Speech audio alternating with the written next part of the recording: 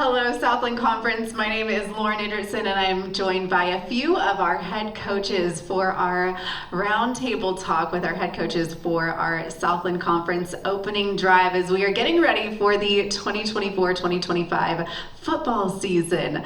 Fellas, would you please introduce yourself one by one as we get started? Yeah, Frank Scelfo, head coach of Southeastern Louisiana University. Tim Rebowe, head coach, Nicholls State University. Okay. I'm Blaine McCorkle at Northwestern State.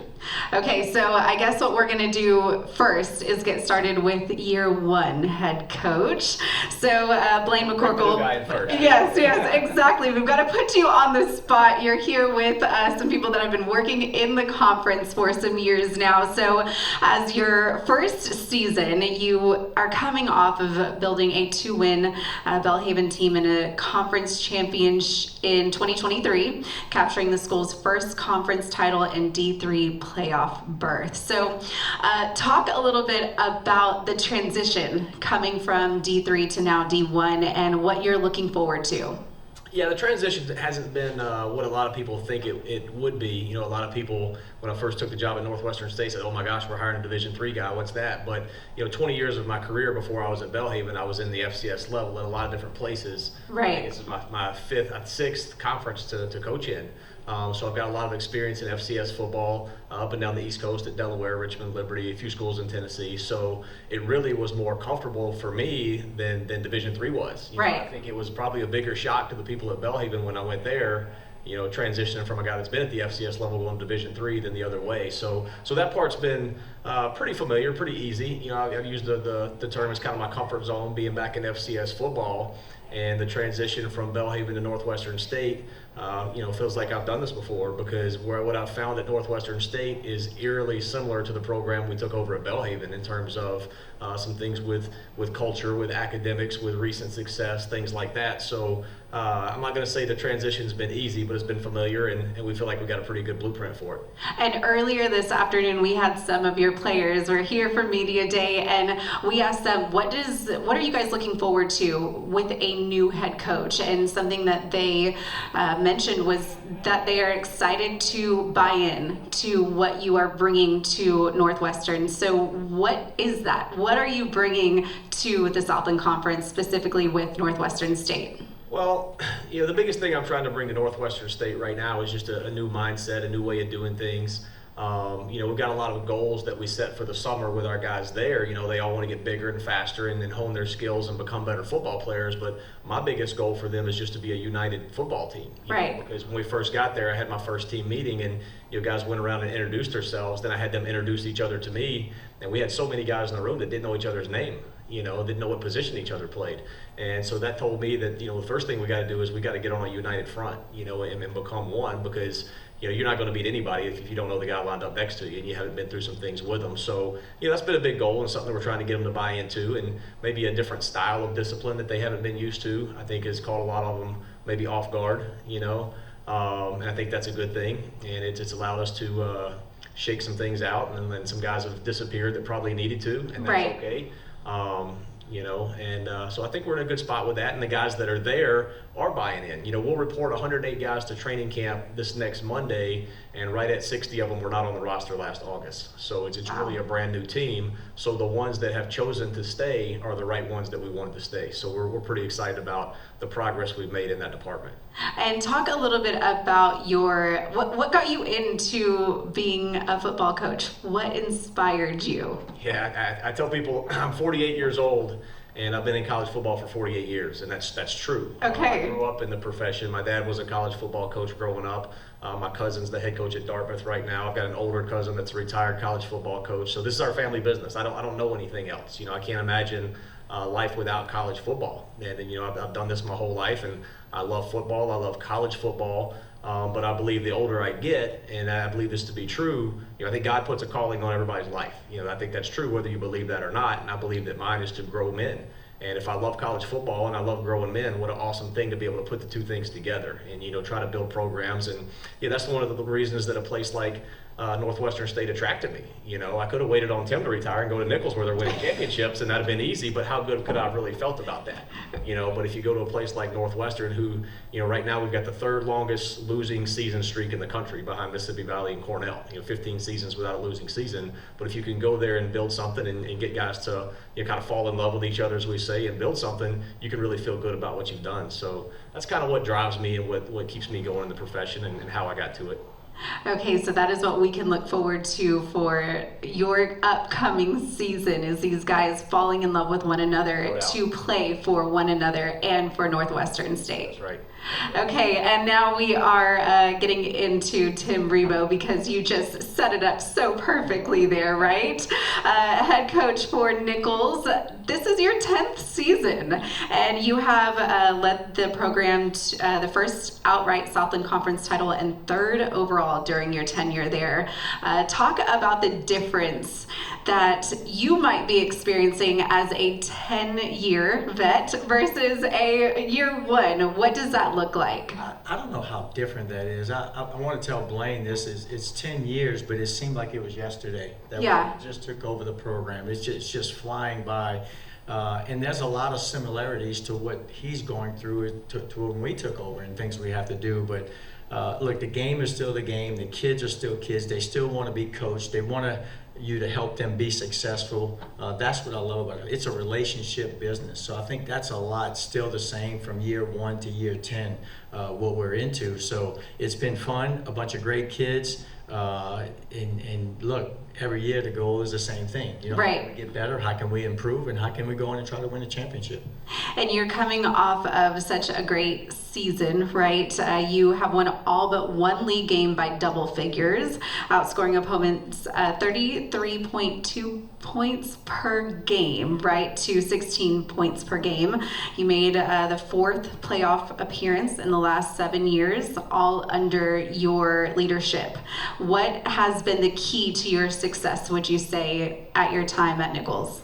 Well, consistency. Okay, first of all, I got a great staff. I think it starts with administration. You have to have strong leadership at the top, and our athletic director right now, Jonathan Terrell, is one that's leading us in the right direction, and Jay Clune, our president.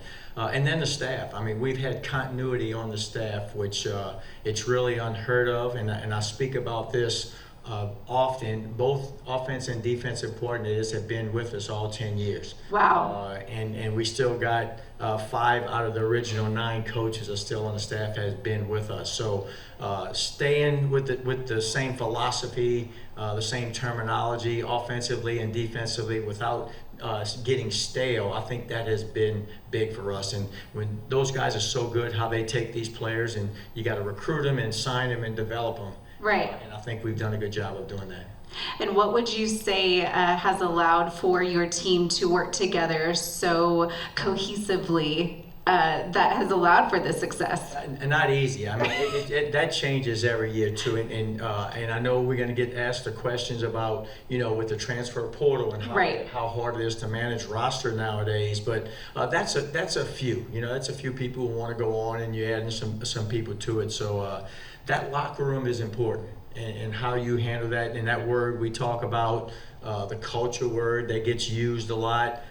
It starts, like he said, it starts from day one. You got to be able to know the guy next to you. You got to be able to sweat with him. You got to be able to bleed with him. You got to be able to go to battle.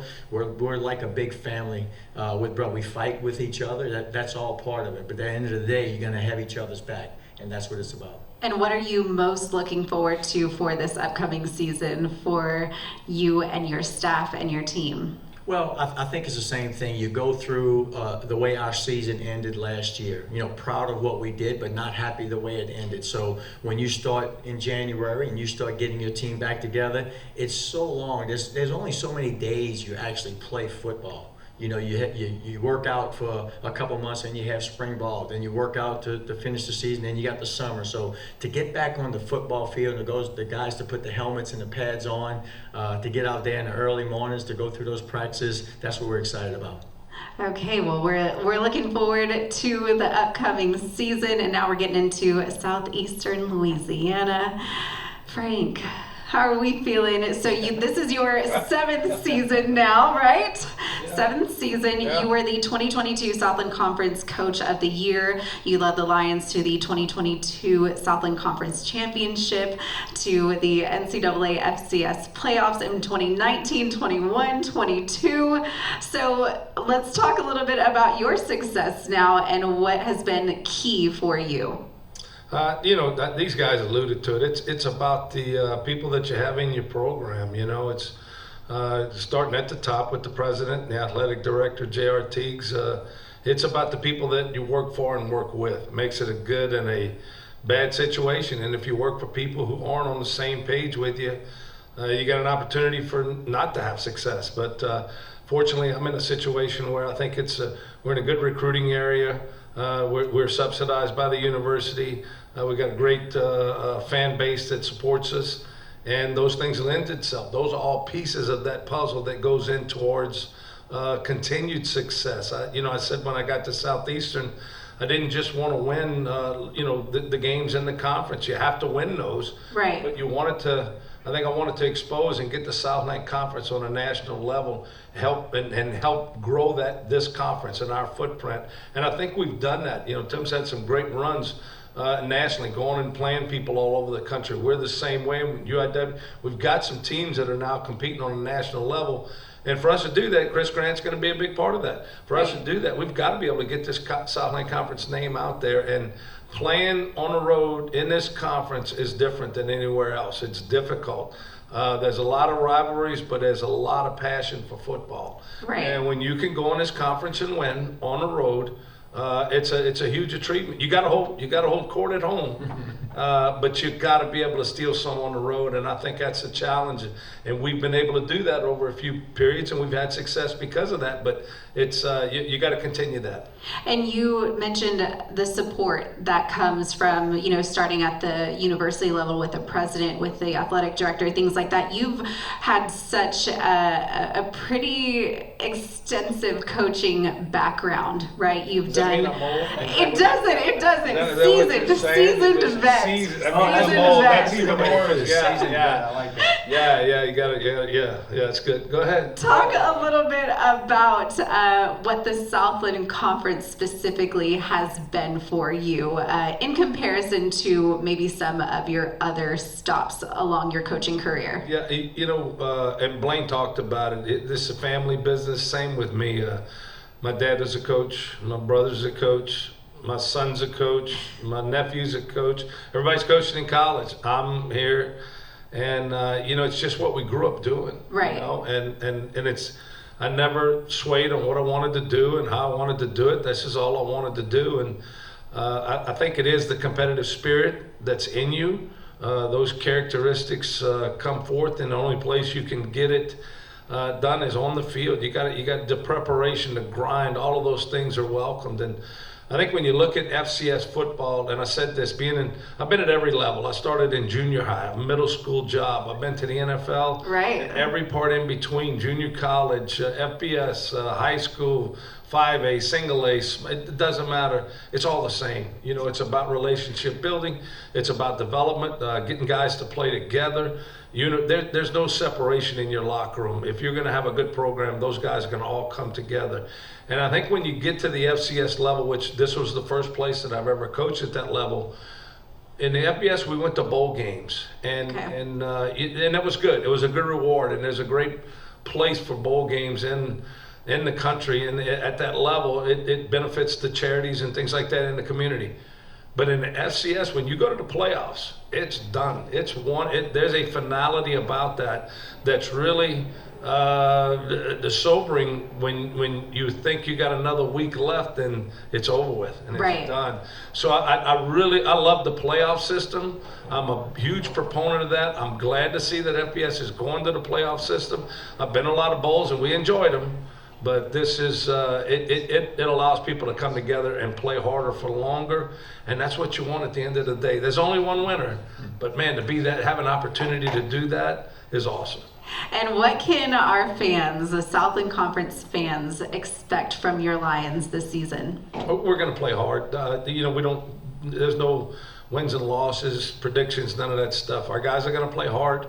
We're going to be a physical football team. We're going to run around and do the things that we need to do to hopefully we prepare that way so that hopefully we get the results that we want on Saturdays. But our guys are going to play hard, and they'll be proud of us on the field, off the field, and in the classroom.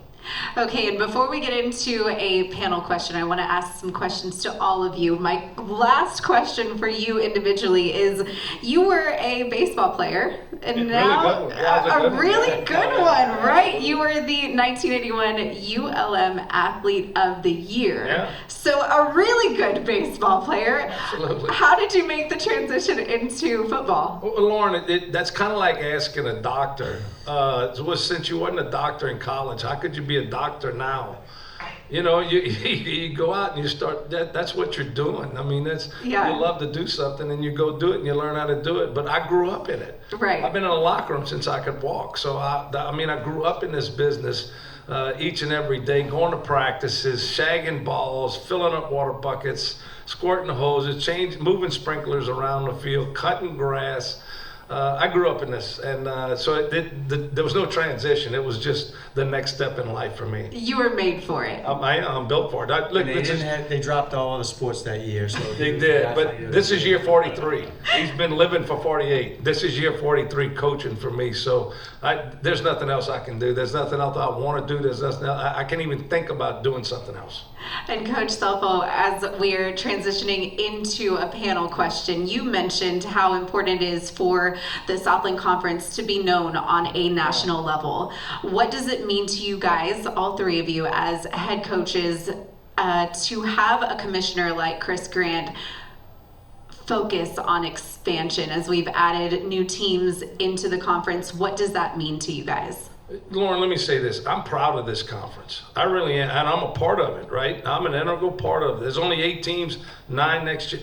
That's it. I mean, right. So I am a part of this, and I know what I'm competing against here every year. I know what he's going to bring to the table and the rest of the coaches. We got good coaches in this conference, and I want people to be able to show up at our places and play. And then I want fans to come watch us. I don't care if you watch us or come watch Nicholls or North. I don't care. Go watch them and then see the caliber of football that we're playing. See how well our guys are coached. See, like I said, I've coached at every level. There's bad coaches at every level. There's really good coaches at this level in this league. And I want the country to be able to see that. I think Chris is doing a really good job right now as far as getting the word out and trying to expand who we are, especially through the media and everything else, and gain the respect that we need. And we got to do our job on the field, right? We can't.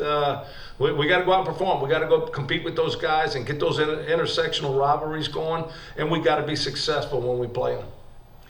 Chris Grant, tremendous job. I think we all want, when we went to Nicholls, we wanted to establish that brand of what that end meant and what it. And I think he's done the same thing with the Southland Conference. Right. He's got that name out there. We changed the logo, the things we've done, just the look of and who we are, and we're out there. We're not saying, hey, here we are, come watch us. We're going out there. I think coming here was great. And I was a little skeptical about coming to the Texas convention if we were not me, Chris, not me.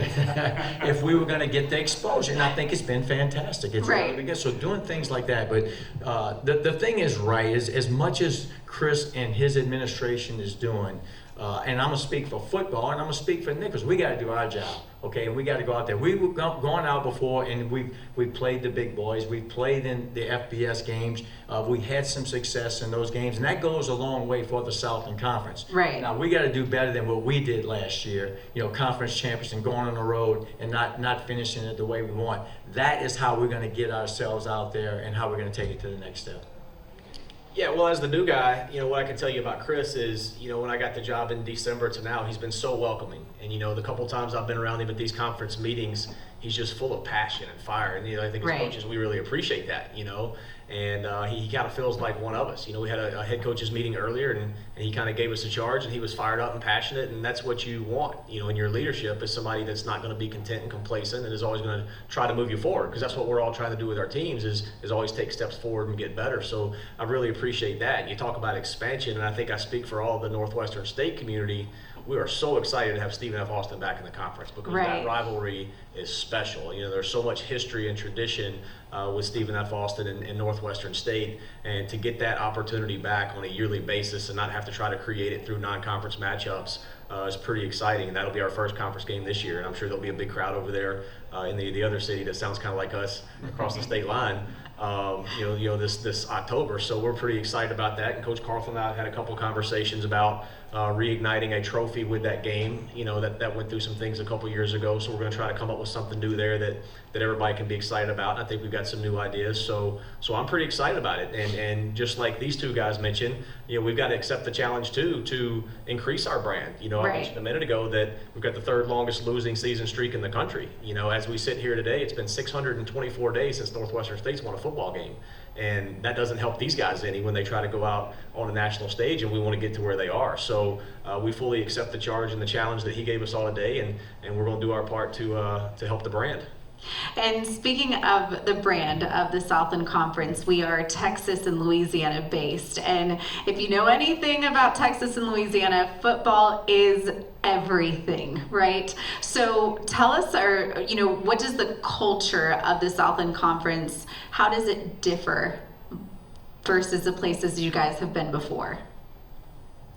I think for me personally, the camaraderie within the conference, we don't hate each other. I mean, we do, but we really don't. We're able to work together. We're able to do those things together. But during game time now, it is a fierce competition that's taking place between us. Whether we're yelling back and forth or whatever. But that takes place throughout the conference, and I think that's where those rivalries. I don't know who we have.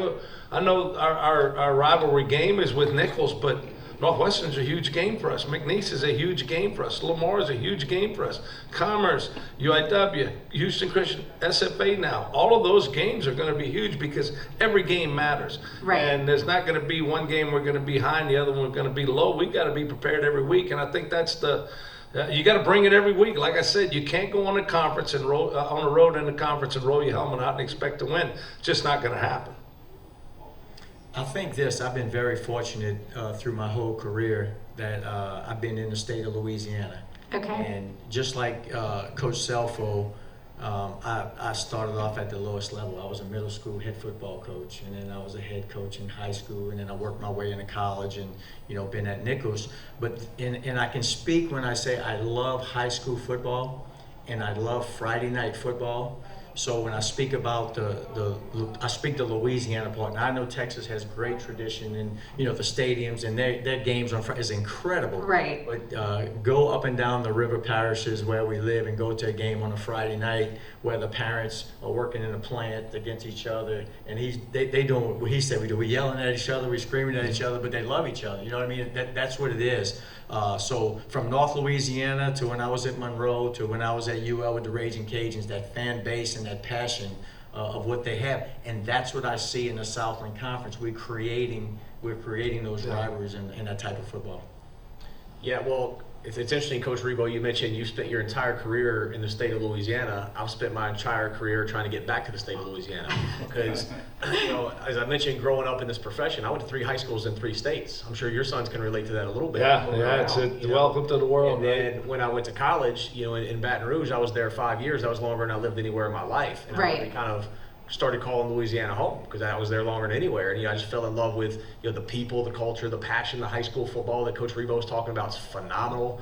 And so I spent my whole career going across the country trying to get back. So I've coached in the Big South, the OVC, the CAA, the Southern Conference, and now the Southland. And as I was at all those places, I would watch the Southland because I wanted to get back to this part of the country, and it just had a little bit different feel to it. The rivalries were a little bit different, a little bit more unique, just like Coach Scelfo was talking about. We don't hate each other, but it's intense and it's passionate. We all want to beat each other, but to kind of get in this conference and get to know some of these head coaches, it's been a neat family feel to it that's pretty cool. Coach Bechtel back there at Houston Christian, when I was at Belhaven, he was the head coach at Howard Payne. We probably didn't like each other much back then, but he started to become my friend now. I'm liking him more and more that we're in this conference together. So, but it's a unique thing, and I'm excited to be back and be a part of it.